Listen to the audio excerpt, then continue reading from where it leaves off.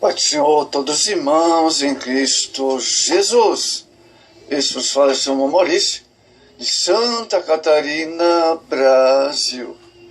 Amados e leves irmãos, hoje, segundo dia do Seminário do Apocalipse, vamos falar sobre a igreja de Esmirna. Abraço a todos os irmãos do Brasil, Moçambique, Angola, Portugal, Massachusetts, Estados Unidos, Kansas City. Deus abençoe os irmãos de Kansas City. Também os irmãos de Nova York, Estados Unidos, a comunidade brasileira. Deus abençoe os irmãos de Kansas City, Estados Unidos, comunidade brasileira de cristãos, evangélicos que estão nos ouvindo sempre. Obrigado, irmãos. Abraço a todos vocês. Amados, vamos ler Apocalipse, capítulo 2 e o verso 8, a base da mensagem aqui, do seminário falando sobre a igreja de Esmirna. Ao anjo da igreja que está em Esmirna escreve: isso diz o primeiro e o último, que foi morto e reviveu. Temos a expressão ao anjo da igreja. Mas quem era o anjo da igreja? Quem era o pastor da igreja nessa época? A história registra esse versículo, amados, é uma referência ao pastor Policarpo. Esse pastor nasceu no ano 69 depois de Cristo e morreu em 159 depois de Cristo. A etimologia do nome Policarpo significa muito forte ou frutífero. Policarpo foi um discípulo pessoal do apóstolo João, homem muito consagrado. Foi o principal pastor da igreja de Policarpo, de Esmirna, no período do exílio do apóstolo João a Patmos. A narrativa de seu martírio é narrada por Eusébio em História Eclesiástica. Foi levado à Arena, lugar dos Jogos Olímpicos, um dos maiores teatros abertos da Ásia Menor, parte da qual construção permanece até hoje. Policarpo deve ser realmente o pastor dessa igreja do texto, pois as evidências são bem claras, amados. Policarpo, um dos discípulos do apóstolo João, durante muito tempo pastoreou a igreja de Esmirna. Foi levado à arena, onde exigiram que negasse a Cristo e honrasse o imperador romano como Deus. Ordenaram que dissesse a ele: fora os ateus, referindo aos cristãos. Ele proferiu as palavras, mas com a mão indicou a arquibancada dos inimigos do evangelho. Quando ele recusou reconhecer o imperador como Deus, ameaçaram de ser morto pelas feras. Ele não demonstrou qualquer temor, então resolveram queimá-lo na fogueira. Policarpo zombou, lembrando-os que o fogo mais terrível sofriam no inferno.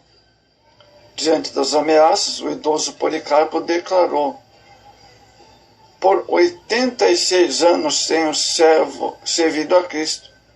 Ele nunca me fez mal. Como posso blasfemar de meu rei que me salvou? A fogueira então acesa, mas diz a história, as chamas formaram um arco ao redor, sem tocá-lo. Então um soldado o matou com uma adaga. A história de Policarpo retrata bem o sofrimento dos cristãos de Esmirna e representa os mártires cristãos de todos os tempos. Amados e diletos irmãos, hoje há cristãos sendo perseguidos e mortos em alguns países, como por exemplo, na África, vamos dizer assim, em determinadas regiões. Vamos a orar por eles para que tenham coragem de jamais negar a Cristo, ainda que tenham que enfrentar a morte. O contexto geográfico: Esmirna era uma cidade. O nome Esmirna significa mira. A palavra usada 3 vezes nos evangelhos, amados. O nome descreve bem a igreja perseguida até a morte. embalsamada nos perfumes prévios de seu sofrimento, tal como foi a igreja de Esmina. Foi a igreja da mirra ou amargura, entretanto, foi agradável e preciosa para o Senhor. Esmina é famosa por ser a terra natal de Homero, o poeta cego da mitologia grega, e como lar de Policarpo, bispo de Esmina. A situação geográfica, essa cidade encravava-se no pequeno continente da Ásia Menor, hoje a atual porção da Turquia asiática. Em 1970, Esmina contava com 6.300.000 habitantes e é atualmente a principal cidade turca, denominada Izmir. Os muçulmanos chamaram de Izmir e infiel. O rio Meres, famoso na literatura, também era adorado em Esmina. Próximo à nascente desse rio ficava a caverna, onde dizem que Homero compunha seus poemas. Com a conquista do Oriente pelos romanos, Esmina passou a fazer parte da província romana da Ásia. A cidade de Esmina, cujo nome significa mirra, caracterizou-se pela forte posição e resistência ao cristianismo no primeiro século da nosso tempo. A igreja local originou-se da grande colônia judaica ali estabelecida em Esmina no ano 159 d.C. Policarpo, seu bispo, foi martirizado. Amém, amados? Mas contexto histórico é importante. Os habitantes dessa cidade cultuavam o imperador desde o ano de 195 a.C. Não se sabe quem fundou a igreja cristã em Esmina, mas ela foi uma igreja importante do segundo século e é famosa por causa de Policarpo e seu pastor martirizado. Amados, essa igreja, Esmina, que significa amargura, viveu num período de uma igreja de tempo de penosas perseguições. Essa igreja viveu um momento de cruel por parte de alguns imperadores romanos, até que chegou Constantino, em aproximadamente 312, aboliu as perseguições aos cristãos. Essa igreja sofreu, mas triunfou, porque o Senhor é aquele que é o primeiro e o último, que foi morto e reviveu. Olha só, o verso 8 também é o mesmo verso 8 ainda, que ele foi morto e reviveu e triunfou. E a igreja em Esmina triunfou sobre todas as perseguições, hein? Glória a Deus por isso. Vamos passar para o verso 9. Jesus disse que eu sei as tuas obras. O Senhor não só conhecia as obras dessa igreja fiel, mas de um modo especial a sua tribulação.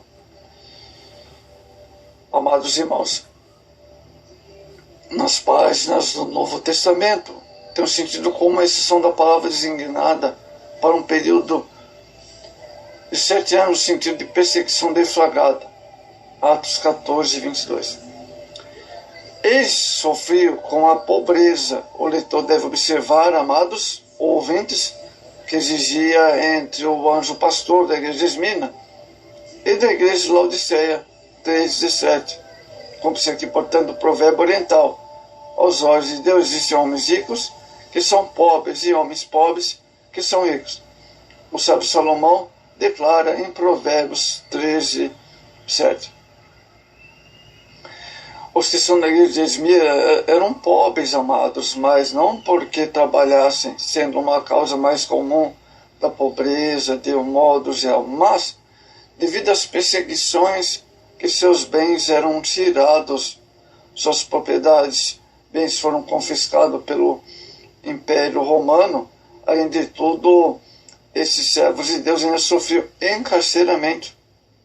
Porém, está declarado no presente texto que eles eram ricos. Em quê? Nas riquezas espirituais. Eles eram de fato ricos nas obras, na fé, na oração, no amor, não fingido, na leitura da palavra de Deus, à maneira de seus dias. Essas coisas diante de Deus são as riquezas da alma. Mateus 6 e o verso 20, amados. Temos outra expressão no texto do verso 9, a blasfêmia dos que dizem serem judeu. O apóstolo Paulo escreve aos Romanos, amados irmãos, Romanos 9:6,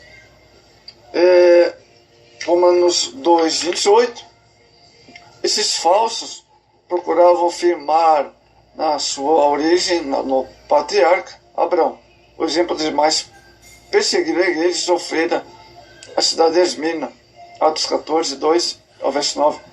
Atualmente o nome Esmirna, no campo profético, representa a igreja subterrânea que sofre por amor a Cristo nos países da cortina de ferro.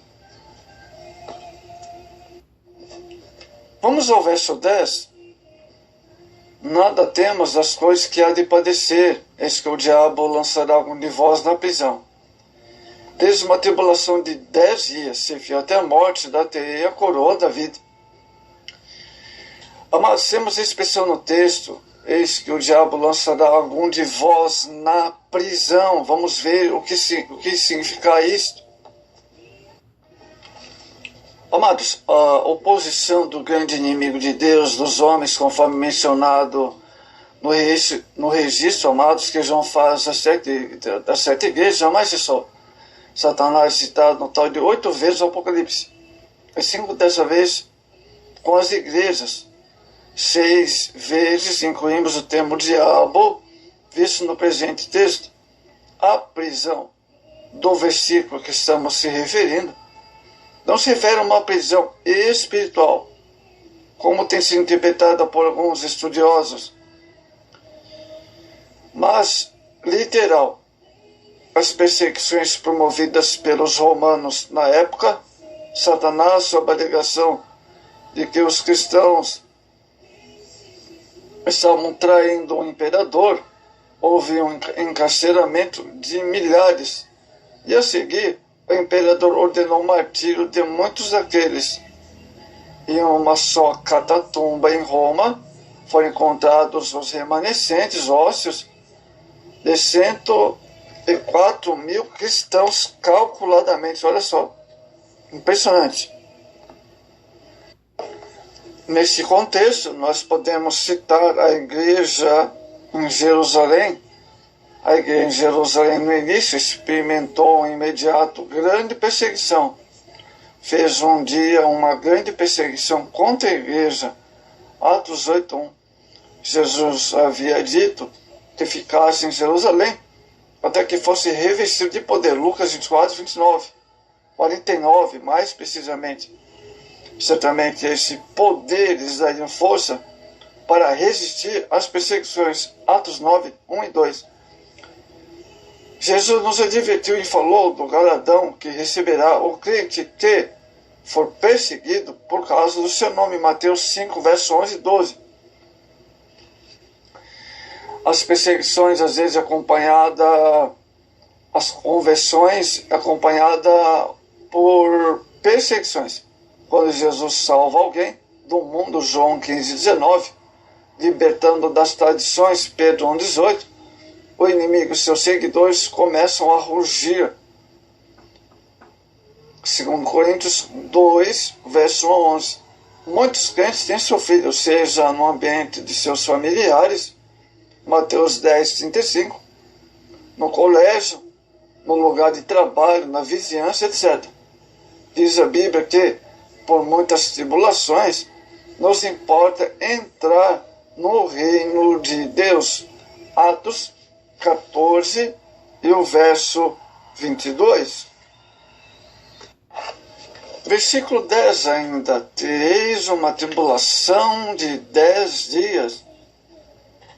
10 é um número perfeito, completo na numerologia bíblica, talvez indicando aqui o ciclo completo de perseguições naquela época.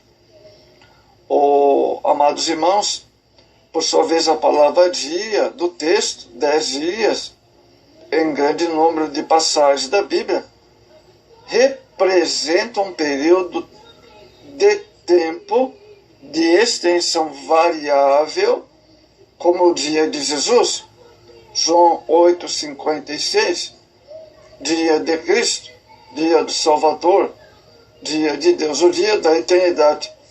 10 dias, no referido texto, podem referir-se, pois as 10 perseguições do ano 64 ao ano 305 depois de Cristo, sobre os 10 imperadores romanos dessa época, ou ainda aos últimos 10 anos do citado período foram os piores dentre as perseguições nessa época de perseguição do Império Romano. Esses 10 anos foram sob Diocleciano, ali perseguiu a igreja primitiva. Então nós compreendemos que os 10 dias do presente texto têm referência à histórica, no primeiro caso, e profética, no segundo. A igreja sofreu de fato 10 perseguições distintas, desde o reinado do imperador Nero até o referido Diocleciano. As 10 grandes perseguições podem ser relacionadas, primeiro, desta forma. Primeiro, Imperador Nero, ano 64, 68. Imperador Dominiciano, 68 a 96 depois de Cristo. Imperador Trajano, 104 a 117 depois de Cristo. Imperador Aurélio, 161 a 180. Imperador Severo, 200 a 211 depois de Cristo.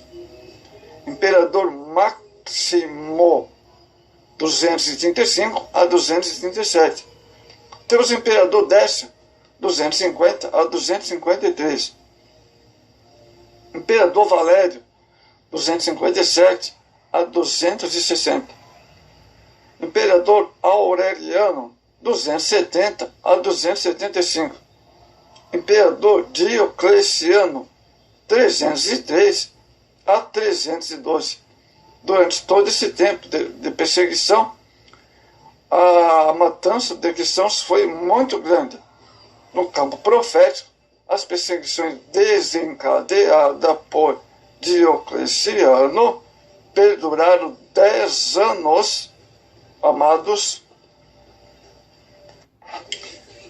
Amados, eu quero retornar aqui dentro desse contexto, que então a igreja de Esmina, ela sofria com a pobreza. A pobreza daqueles crentes não vinha de falta de trabalho ou de preguiça, mas das perseguições que sofriam. Suas propriedades foram confiscadas e reduzidas a nada, mas o Senhor viu ricos de sua graça e misericórdia. Esse foi o padrão de Deus para o seu filho. Infelizmente, no reino de Deus há muitos ricos pobres e muitos pobres ricos. Amado, Jesus fala aqui da pobreza material sofrida pelos crentes por serem rejeitados no trabalho, quando o chefe de família é preso ou demitido por causa de sua fé. Em Jesus, a família sofre privações. Jesus, porém, acrescentou: tu és rico espiritual. O sofrimento é recompensa pela riqueza das bênçãos que acompanham. 2 Coríntios 6:10. Amados, eles sofriam blasfêmias, outra coisa que eles enfrentavam. O próprio Jesus, Senhor da igreja, sofreu blasfêmia do seu povo. Veio para os seus, mas os seus não receberam. Leia Mateus 27, 39. E agora a igreja de Esmina sofreu com a blasfêmia dos que dizem ser judeus, mas não são. O Senhor estava focalizando na crueldade e os insultos que diziam os religiosos contra os discípulos de Cristo, dizendo que eles não eram judeus, olha só, negavam a descendência deles, e formavam uma sinagoga de Satanás. Ora, em Corinto sofreu a blasfêmia dos religiosos, Atos 18:6, e mais tarde escreveu 1 1 Coríntios 4, 13. Amados e diletos irmãos, então nós temos aqui o sofrimento que eles enfrentavam pela perseguição. Outro assunto importante, Jesus promete a vitória à sua igreja. A igreja não deve temer as situações. A recompensa do Senhor à igreja de Esmina foi que não temesse os acontecimentos. Nada tema as coisas que há de padecer. Verso 10. O próprio Jesus padeceu nas mãos do povo e dos religiosos de sua época. Mateus 17, 12. Por isso pode animar a sua igreja. Amados, o inimigo sempre criará situações para impedir o avanço da obra. Mas Jesus venceu o mundo, João 16, 33. E nos promete vitória, Provérbios 21, 31. O medo é o inimigo que prejudica a fé. Olha só. Enquanto Pedro confiou na palavra de Jesus, caminhou por cima das ondas do mar. Porém, teve medo e começou a afundar. Mateus 14, 30 e 31. O medo afasta o crente da tranquilidade, à sombra do onipotente. Salmo 91 e o verso 1. Amados, a igreja não deve temer ao diabo. O diabo é o inimigo de Deus e da igreja sempre tentou fazer parar o povo de Deus. No caso de Esmina, Jesus foi claro. Eis que o diabo lança algum de vós na prisão. Era um momento difícil para que a igreja, em meio às perseguições do Império Romano, mas ele venceria no nome de Jesus. As prisões do apóstolo Paulo, em sua época, estimulava os crentes a falar mais confiadamente, sem temor, a palavra de Deus. Filipenses 1:12. Pois o inimigo, nosso adversário, já está derrotado. Hebreus 2:14. Jesus falou da maioria, Jesus falou, me corrigindo, Jesus falou, amada igreja, da vitória em meio às tribulações da vida. No verso 11, o poder do inimigo é limitado. Mateus 10, 28. Pois não vai além do que Deus permite. Temos outra expressão bastante conhecida dos cristãos no Brasil. Ser fiel até a morte. Olha só. A igreja não pode temer a morte em meio às perseguições. A igreja não pode perder a fidelidade ao Senhor, pois ele tem uma recompensa, a coroa da vida. A morte não tem mais poder sobre o cristão em Cristo Jesus. Hebreus 2:15. Isso porque Jesus venceu na cruz, tomando as suas mãos as chaves da morte e do inferno. Apocalipse 18.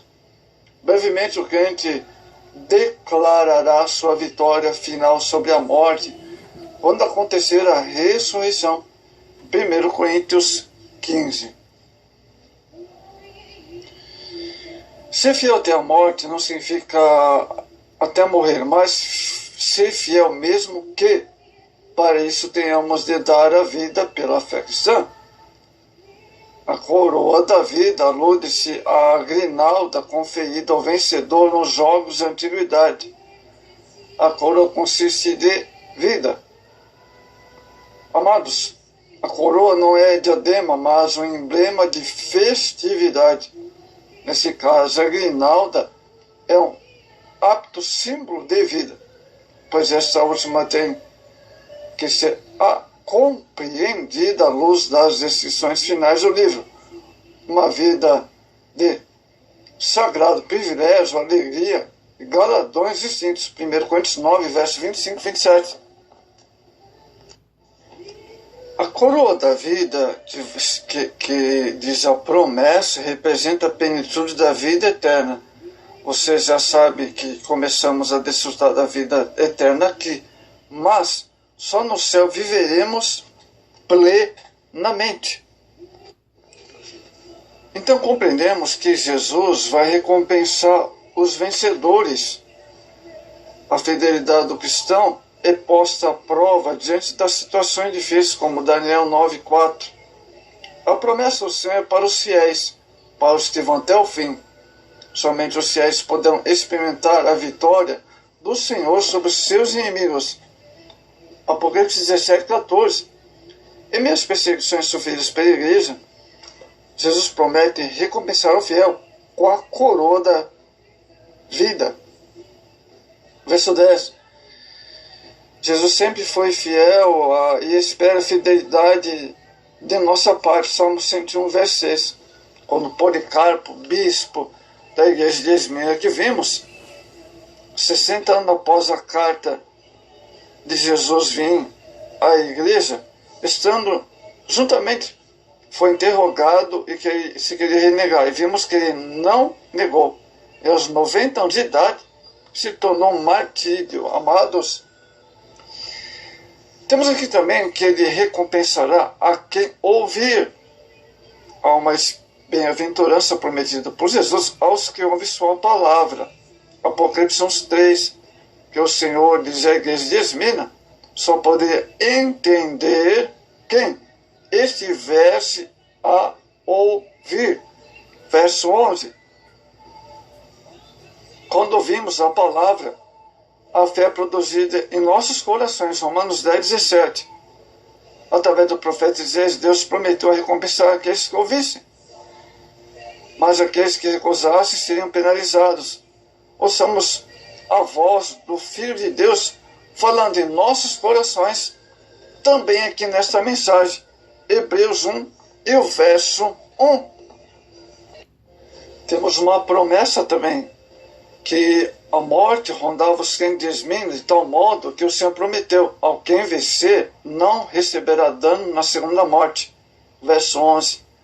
A primeira morte física, dolorida e cruel. A segunda morte é eterna, mas para quem está em Cristo, esta morte não alcançará. Apocalipse 20, verso 6.